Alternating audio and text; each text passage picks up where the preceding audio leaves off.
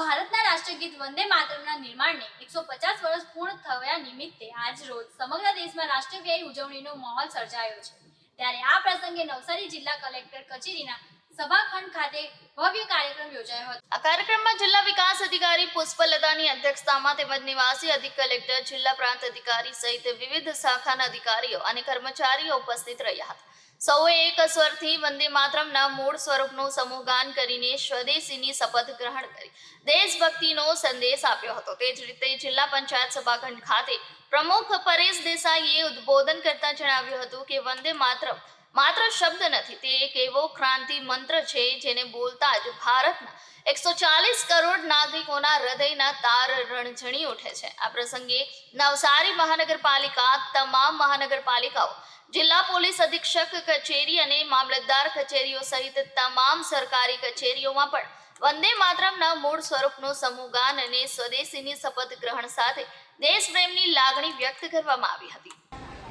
ગુજરાતની ધરતી પર સૌ પ્રથમ વાર વંદે માતરમ ગાવામાં આવ્યું હતું। સ્વદેશી વસ્તુઓની માતૃભૂમિના વિકાસ સાથેનું સંધાન ગુજરાતની આ પાવન ભૂમિ પર ત્યારે રચાયેલું। આ ગીતની ભારતીય જનમાનસ પર થયેલી પ્રભાવી અસરને લીધે બંધારણ સભામાં દ્વારા આ ગીતને રાષ્ટ્રીય ગીતનો દરજ્જો પણ આપવામાં આવ્યો છે। સદીમાં આ ગીત ગુલામીમાંથી મુક્તિ માટેનું પ્રેરણાસ્ત્રોત હતું, તો આજે 21મી સદીમાંથી આત્મનિર્ભર ભારત, એક ભારત શ્રેષ્ઠ ભારત અને વિકસિત ભારત માટે પ્રેરણા આપે છે। આજનો યુવાન જ્યારે સ્વદેશી અંગેના શપથ છે, તમને એમ થશે કે વંદે માતરમને 150મે વર્ષે સ્વદેશી આ તકે હું આભાર માનું છું। Thank you.